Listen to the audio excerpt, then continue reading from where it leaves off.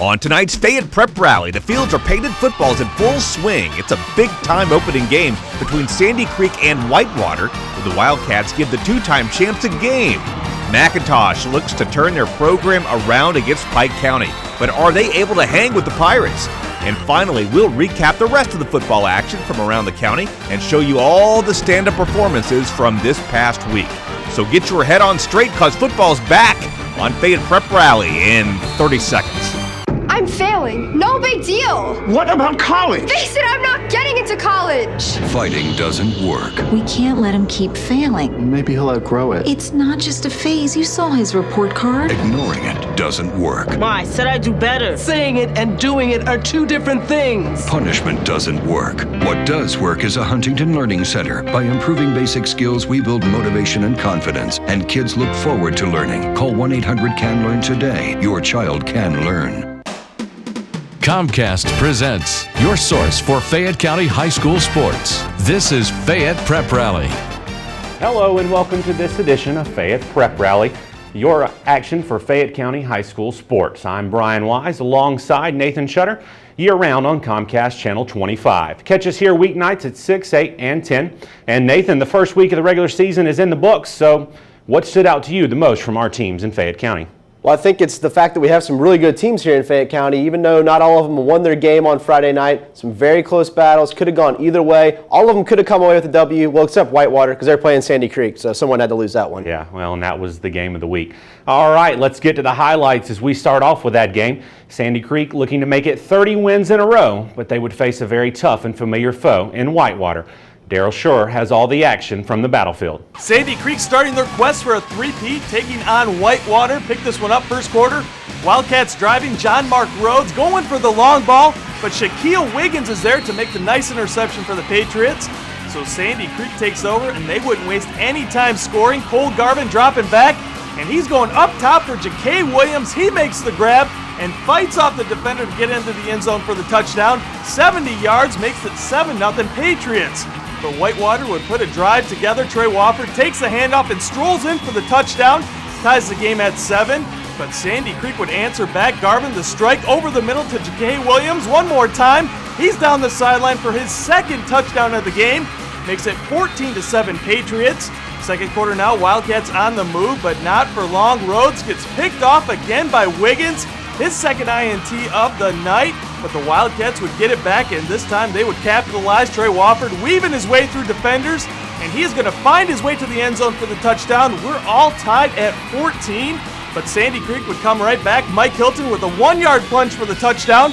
Makes it 20-14 Patriots. And Whitewater looking to put another drive together, but Blake Barnes is going to cough it up. Jamel Gilliam picks it up off the ground, and he is going to take it back for the nice return. And Sandy Creek would punch it in again. C.J. Washington going straight up the gut and crossing the goal line for the touchdown. And Sandy Creek takes it 43-20 over Whitewater. In from the Patriot faithful after their subpar preseason game.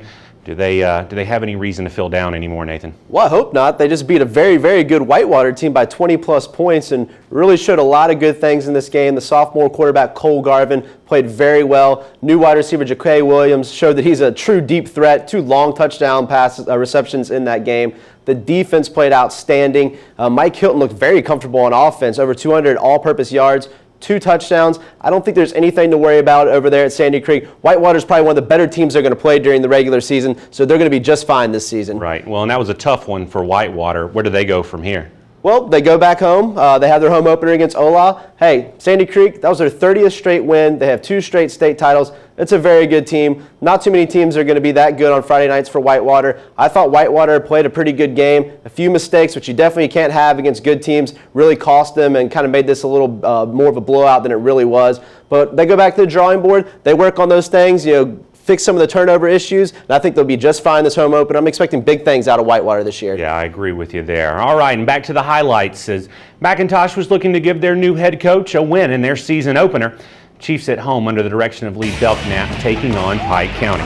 We picked this one up in the third quarter. McIntosh looking to get on the board, but Andrew Johnson is going to get picked off by DeAndre Holmes for the Pirates, and that would kill the drive. The Pike County offense would take over from there. Jonathan Norton avoids the Chiefs' pressure, looking downfield and goes to the end zone to Holmes, who comes up with the great grab for the touchdown, making it 28-7 Pirates. Fourth quarter now, more from Pike County and more from that same combo. Norton rolling out, escapes the sack, and goes to the back of the end zone, and Holmes comes down with it for another touchdown, makes it 35-7 Pirates.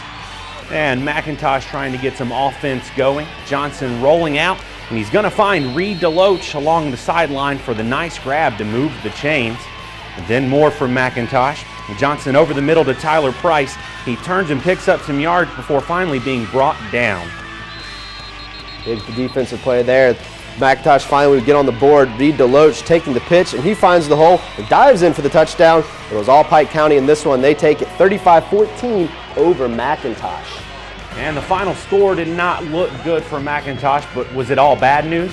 No, this was a very close game in the first half. It was 7-7. It looked like it was going to go into the half, tied score. Unfortunately, Pike County, they scored that late touchdown in the half to go up 14-7. Scored another one at the beginning of the third quarter on a big play. Just the big plays kind of got McIntosh. That was a downfall in this game. This game was a lot closer than the score. I think they have some positives to look at McIntosh. Their quarterback, sophomore, played very well. I think good things will still come to McIntosh this season. Just a tough way to start the season. Yeah, very composed young man there at quarterback. We're going to take a quick commercial break, but when we come back, we'll recap more football action from around the country. And we'll also recognize standout performances in our building block segment. You're watching Fayette Prep Rally on Comcast Channel 25.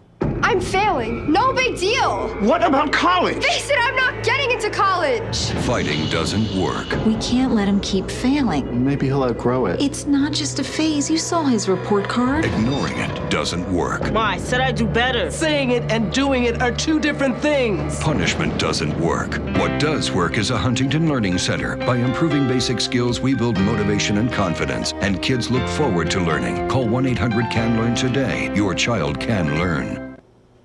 We're back here on Fayette Prep Rally. You can see us on Comcast 25 every Tuesday through Friday at 6, 8, and 10. And you can also check us out online at FayettePrepRally.com. Time now to check in on other teams that were in action this past Friday night. And we start with the 2010 state runner-up, Starr's Mill Panthers. Yeah, Starr's Mill, victory over Coosa, 23-21. They were down 21-7 in the third quarter.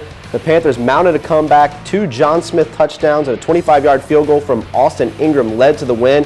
Coosa missed a 37-yard field goal on the last play of the game that would have won it. A hard-fought victory for the Panthers. You know, I knew they would probably start a little slow.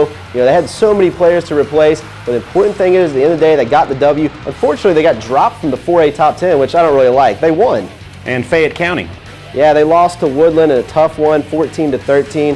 Fayette County scored in the first quarter off of Travis Edwards' run. They got a couple penalties, backed them up, and missed the extra point. Woodland went up 7-6. Then right before the half, Fayette went up 13-7. Basically, the difference in the game was that missed extra point. You know, penalties backed them up and made it more of a field goal than an extra point. And unfortunately, a couple injuries also plagued this game. Starting safety had to be carted off in an ambulance. It's about a 20-minute delay in the game.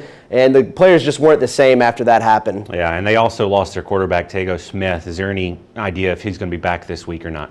Unfortunately, I talked to Christopher Dunn from the Fayette Daily News earlier today, and the news is not good. Tago Smith, broken foot, out 4 to 6 weeks. That's a big blow for Fayette County. They were relying so heavily on him to run this new option offense. He was a perfect guy to do it. The good news is Justin Murray, a 3-year starting quarterback at Fayette County, will take over the reins. So I think they will be fine. It might be a little bit of a transition because they were planning on running heavy option. Probably going to do a little more passing now, kind of go away from that original game plan. But it just stinks a senior like Tago to go out an injury like that in game one. Yeah, that's a tough loss.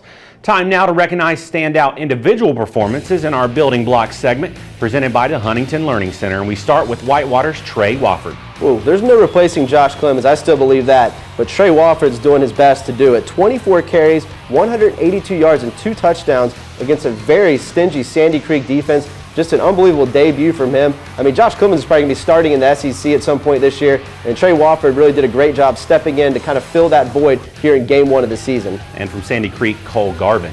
A very impressive debut for the sophomore quarterback over at Sandy Creek.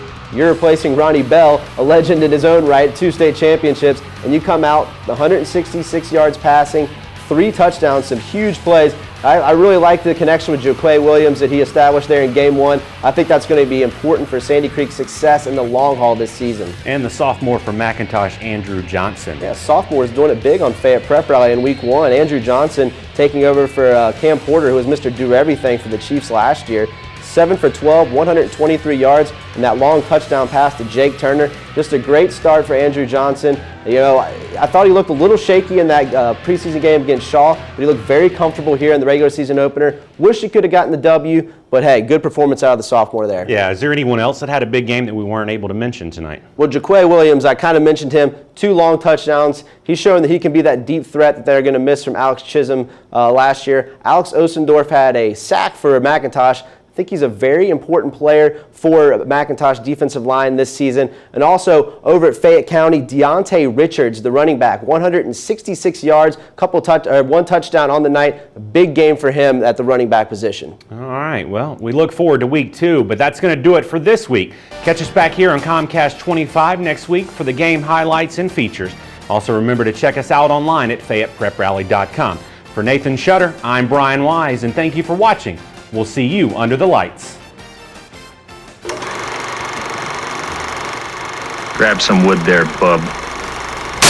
I'm failing. No big deal. What about college? Face it, I'm not getting into college. Fighting doesn't work. We can't let him keep failing. Maybe he'll outgrow it. It's not just a phase. You saw his report card. Ignoring it doesn't work. Ma, I said I'd do better. Saying it and doing it are 2 different things. Punishment doesn't work. What does work is a Huntington Learning Center. By improving basic skills, we build motivation and confidence, and kids look forward to learning. Call 1-800-CAN-LEARN today. Your child can learn.